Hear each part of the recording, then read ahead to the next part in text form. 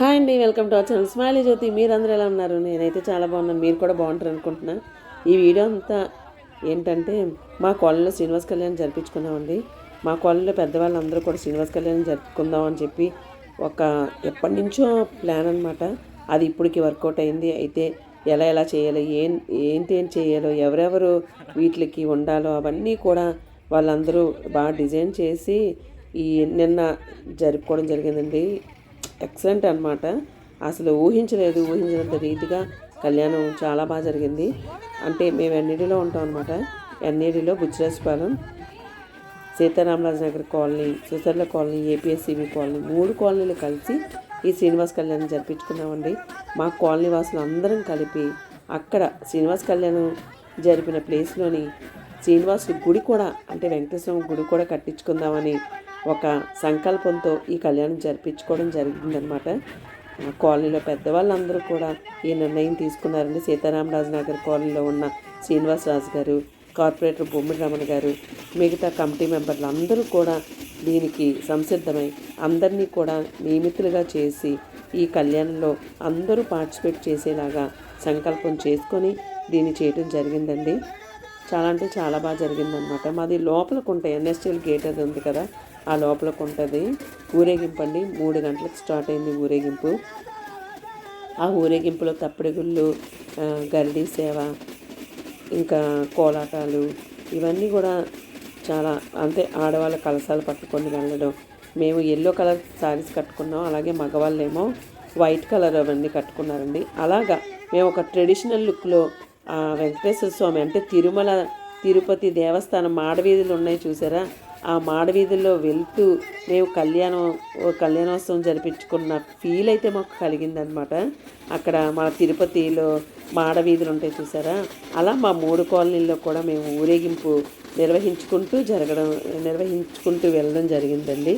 వెళ్ళిన తర్వాత అక్కడ మేము 6 o'clockకి ఆ ప్రాంగణం దగ్గరికి వెళ్ళిపోయాము. వెళ్ళిన తర్వాత 7 o'clockకి ఈ కళ్యాణం అది స్టార్ట్ అవ్వడం జరిగిందండి.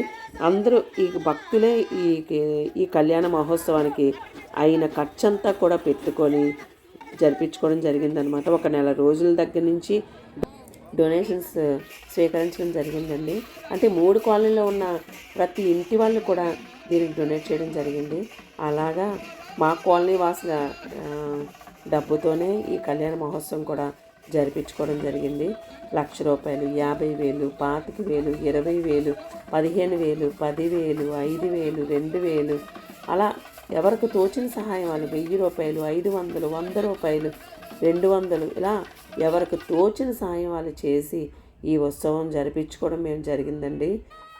చాలా బాగా జరిగిందనమాట. అసలు వెంకటేశ్వర స్వామి అంటేనే ఒక వైబు. అంటే వెంకటేశ్వర స్వామి అనే కదండి, భగవంతుడు, ఏ భగవంతుడైనా సరే మనం జరిపించుకుంటున్నామంటే ఒక సంకల్పం మనం మనసులో గట్టిగా పెట్టుకుంటే అది జరుగుతుంది అంటారు కదా.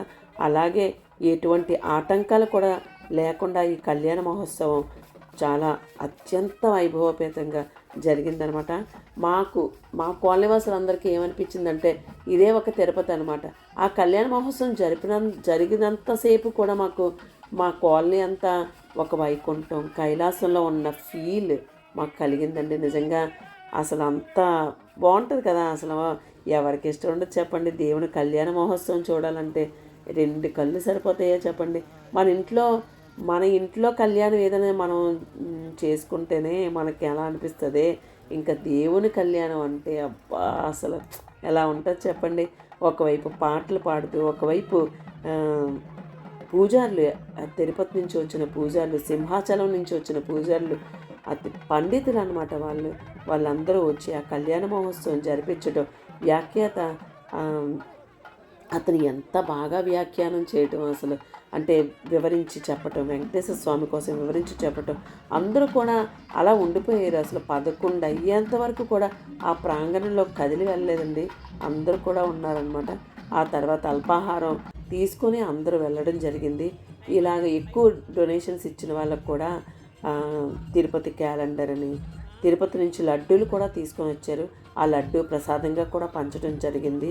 అలాగే ఎక్కువ డొనేట్ చేసిన వాళ్ళందరికీ కూడా కండువాలు సమర్పించి, అలాగే వాళ్ళకి తిరుపతి దేవస్థానం క్యాలెండరు, అలాగే తిరుపతి లడ్డు, అలాగే ఒక ఇది ఉంటుంది కదా, కంకణం ఉంటుంది కదా, అలాంటివన్నీ కూడా అందరికీ ఇవ్వటం కూడా జరిగిందండి. మగవాళ్ళు ఆడవాళ్ళు అందరూ కూడా ఈ కళ్యాణంలో పార్టిసిపేట్ చేయడం జరిగింది. మా కాలనీలో ఏదైనా ఏ వస్తువైనా సరే అందరం బాగా జరిపించుకుంటామండి. అందరూ ఒక మాట మీద ఉంటేనే కదా అది సక్సెస్ అవుతుంది. అంటే ఒక్కొక్కరు ఒక్కొక్క పని చేసుకున్నారనమాట. ఒక్కొక్కరు ఒక పనిలో నిమగ్నమై చేసుకోవడం వల్ల ఒక యూనిటీ, ఒక గ్రూప్ యూనిటీ కూడా దీనికి కారణం. ఒక డిసిప్లిన్ ఉంటేనే కదండి ఇవన్నీ జరుగుతుంది. మనకి పెద్ద అంటే శ్రీనివాసరాజు గారి, బొమ్మిడి రమణ గారి ఆధ్వర్యంలో ఈ అంతా జరిగింది. దానికి మిగతా కమిటీ మెంబర్లు, శివాలయంలో ఉన్న కమిటీ మెంబర్లు అందరూ కూడా దీనికి సహకరించి ఒక్కొక్క కాలనీ వైజ్గా అందరూ మనుషుల్ని ఏర్పాటు చేసుకొని ఒక్కొక్కరికి ఒక్కొక్క కార్యక్రమం అప్పచెప్పి కార్యక్రమాన్ని అత్యంత వైభవపేతంగా చేయించడం జరిగిందండి. ఇంకా కళ్యాణ మహోత్సవం చాలా రోజులు అయిపోయిందండి. మా కాలనీలో ఒక 3 years బ్యాక్ చేశారు, మళ్ళీ ఇప్పుడు చేయడం జరిగిందనమాట. అందుకని ఎవరు కూడా అసలు విడిచిపెట్టి ఇంటికి వెళ్ళడం కూడా అసలు ఎవరు చేయలేదు. అందరూ కూడా ఆ కోలాటంలో మేము కూడా ఏవో చిన్న చిన్న స్టెప్లు వేసి అందరూ ఇంకా మాది పండగ. అంటే ఇంకా సంక్రాంతి వస్తుంది కానీ మాకు ముందే నిన్నే సంక్రాంతి జరిగిపోయిన ఫీల్ అనమాట. మా అందరికీ కూడా అంత బాగా చేసుకోవడం జరిగిందండి. అసలు ఉత్సవ విగ్రహాలు కూడా ఎంత బాగున్నాయండి. అసలు ఆ తండ్రి అయితే కొలువై ఉన్నాడేమో అనిపించిందండి. తిరుమల నుంచి వెంకటేశ్వర స్వామి మా కాలనీకి వచ్చి మా కళ్యాణ మహోత్సవంలో ఉన్నారా అనిపించింది. అసలు నిజంగా వస్తారంట కూడా. అందరూ అంటుంటారు కదా, పైనుంచి దేవతలు ఆశీర్వాదాలు ఇచ్చారు అలా అంటారు కదా. మాకైతే అలాగే అనిపించింది. నిన్న పౌర్ణమి కూడా కదండి, ఆ చంద్రుడు కూడా ఎంతో వెలుతురుగా మాకు అన్ని విధాలా కూడా చాలా బాగా మంచి రోజుని కార్యక్రమం చేసుకోవడం జరిగింది. ఆ వెంకటేశ్వర స్వామి, ఆ పద్మావతీదేవి, శ్రీనివాసుడు అందరూ కూడా అక్కడే కొలువై ఉన్నారనమాట. ఆ వెంకటేశ్వర స్వామి ఆ 2 కళ్ళు అయితే తెరిచి ఉన్నట్టుగా అసలు నిజంగా అక్కడ స్వామివారు ఉన్నట్టుగా అనిపించింది. అంత బాగా ఉందండి నిజంగా. చాలా అంటే చాలా బాగుందన్నమాట. చూడండి, తిరుపతి వెళ్ళేటప్పుడు మనం లైన్లో వెళ్తాం కదా, బంగారు వాక్యాల దగ్గరికి చేసి వెళ్ళినప్పుడు గోవిందా ఆనంద్ అని చెప్పి ఎంత బాగా అంటారు. గోవిందా గోవిందా, గట్టిగా చెప్పండి గోవిందా, ఇంకా చెప్పండి గోవిందా, అలా చెప్పండి గోవిందా, గోవిందా గోవిందా గోవిందా అనే నామస్మరణతోనే నిన్నంతా ఉన్నాము. అలా మనం అప్పుడప్పుడు ఇలాంటి నామస్మరణ చేస్తూ ఉండాలండి. గోవిందా అని, ఓం నమ శివాయ అని, సాయిరామ్ అని ఇలా నామస్మరణ చేసుకుంటూ ఉంటే ఎంతో చాలా బాగుంటుంది. అసలు మనసుకి ఎంతో హాయినిస్తూ ఉంటుంది కదా. తిరుమల తిరుపతిలో ఆ బంగారు కోవెలలో, తిరుమల తిరుపతిలో ఆ బంగారు కోవెలలో, వెలసితివా శిఖరముపై గుడి గంటల రవలులలో. నాకు గొంతు కొంచెం బాగాలేదు కానీ ఈ పాట చాలా బాగుంటుందండి. శిలగా వెలసావే మా దేవుడు అయినావే, శిలగా వెలసావే మా దేవుడు అయినావే, తిరుమల తిరుపతిలో ఆ బంగారు కోవెలలో, తిరుమల తిరుపతిలో ఆ బంగారు కోవెలలో, వెలసితివా ఆ శిఖరముపై గుడి గంటల రవలులలో, శిలగా వెలసావే మా దేవుడు అయినావే.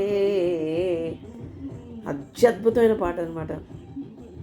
ఆకాశరాజుకు అల్లుడు వైతివి, ఆకాశరాజుకు అల్లుడు వైతివి, పద్మావతికి ప్రియనాథుడువై, పద్మావతికి ప్రియనాథుడువై, శిలగా వెలసావే మా దేవుడువైనావే, శిలగా వెలసావే మా దేవుడువైనావే. ఆ కళ్యాణ మహోత్సవం జరిపినంతసేపు కూడా ఎంత బాగా చెప్పారండి. అతని పేరు మర్చిపోయాను అనమాట. ఎంత బాగా వర్ణించి చెప్పారు అసలు. వెంకటేశ్వర స్వామి, శ్రీదేవి, భూదేవి ఆ ఇద్దరు కలిపి పద్మావతి దేవి అని అంటండి. శ్రీనివాస పద్మావతి దేవి. ఇదేంటి ఇద్దరు ఉన్నారు అనుకుంటారు కదా, శ్రీదేవి భూదేవి ఏంటని, కానీ ఇద్దరు కలిపి పద్మావతి దేవి అనమాట.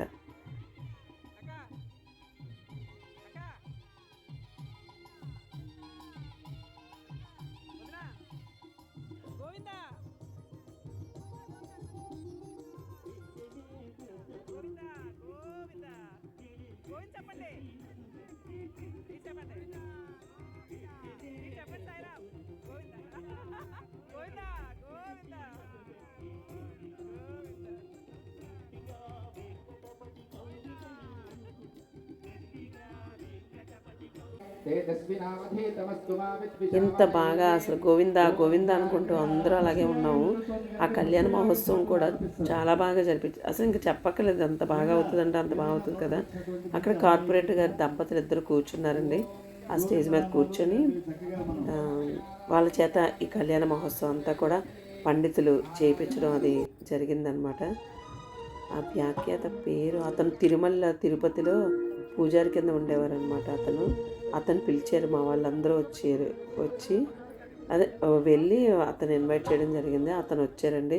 వచ్చి అదంతా కూడా చాలా బాగా జరిగింది. అలాగే సింహాచలం నుంచి ప్రధాన పూజారి ఉంటారు కదా, పండితులు వారు వీళ్ళు అతను కూడా వచ్చారు. అతను కూడా కొన్ని మంచి మాటలు చెప్పారు. అవన్నీ ఇలాంటప్పుడు ఎప్పుడు కూడా మనం మానడం జరగకూడదు, వెళ్ళి కూర్చోవాలండి. ఇలాంటి వైభవాలు మనం చూడలేము. మన ఇంటి పక్కనే జరుగుతున్నప్పుడు మన ఇంట్లో కూర్చొని ఉండకుండా వెళ్ళి కూర్చొని ఆ పండితులు చెప్పిన మాటలన్నీ కూడా మనం పట్టించుకుంటూ ఉండాలి. పట్టించుకోవడం కాదు, అసలు వినాలి బాగా.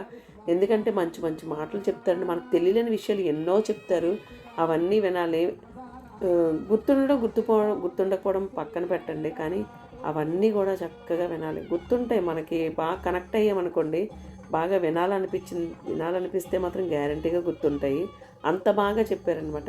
లాస్ట్లో ఆరతులన్నీ ఇచ్చి ఆరతి కూడా ఇచ్చారనమాట స్వాముల వారికి. అలాగే పద్మావతి తల్లికి శ్రీనివాస పద్మావతి కళ్యాణం అంత అంగరంగ వైభవంగా జరిపించారండి. పెద్ద స్టేజ్ కట్టారు.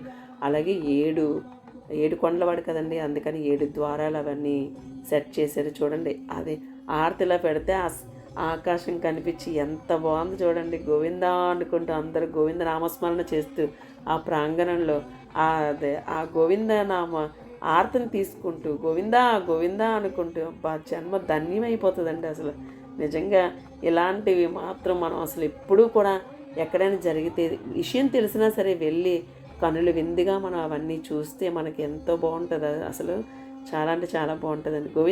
గోవింద.